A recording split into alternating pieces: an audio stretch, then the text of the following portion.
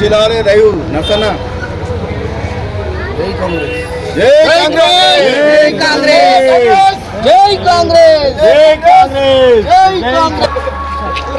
जय कांग्रेस जय कांग्रेस जय कांग्रेस अंगोल अदृष्टांतलल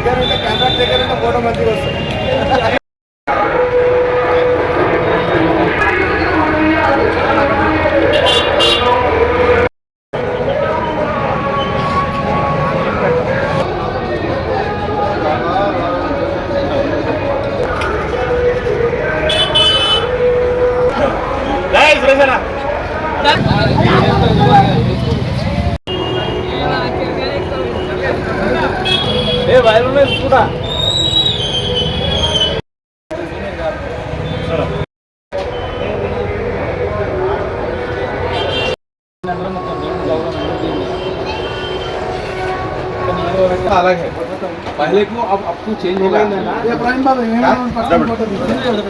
अलग है कारण वो किधर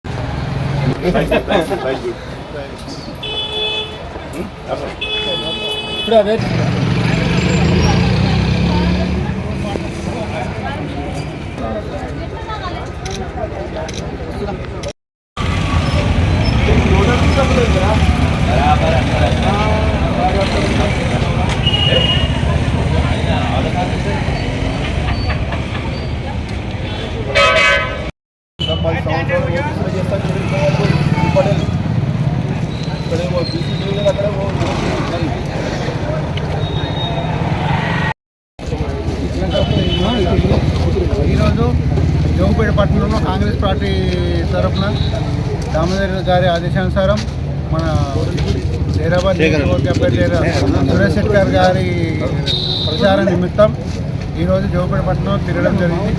ప్రతి ఇంటింటికి ప్రతి షాప్ తిరుగుతూ ప్రజలు బ్రహ్మరథం పడుతున్నారు. ప్రజలలో మంచి స్పందన ఉంది. జోగిపేటలో గతంలో ఎమ్మెల్యేకి ఎంత మెజార్టీ తీసుకున్నామో ఇప్పుడు ఎంపీ ఎలక్షన్ అయినా అంతే మెజార్టీ తీసుకుంటాం. వాళ్ళ స్పందన చూసి ముఖ్యంగా మహిళలు ఈ షాప్లో ఓనర్స్ ముఖ్యంగా చాలా స్పందిస్తారు. ఎందుకంటే గతంలో దామోదర్ గారు ఇచ్చిన కృషి కానీ 330 కోట్ల పనులు కానీ జోగిపేటలో అవి చాలా మంచి సక్సెస్ అయినాయి. అవి ఇనాగ్రేషన్స్ అయినాయి. ఖాళీ వాతావరణం ప్రజలకు తెలుసు. అది దామోదర్తోనే అభివృద్ధి సాధ్యమవుతుంది అనే ఉద్దేశంలో ప్రజలందరూ మనకు కాంగ్రెస్ పార్టీకి నామకరణం పడేటట్టు జై కాంగ్రెస్, జై కాంగ్రెస్. నర్సన్న ముచ్చట్ల ద్వారా ఈ వీడియో చూస్తున్న ప్రతి ఒక్కరికి నా హృదయపూర్వక నమస్కారాలు. గత కొద్ది రోజులలో ఏదైతే ఎలక్షన్ వాతావరణం కనపడుతుందో మండే ఎండలలో రాజకీయం కూడా అదే విధంగా ఉంది.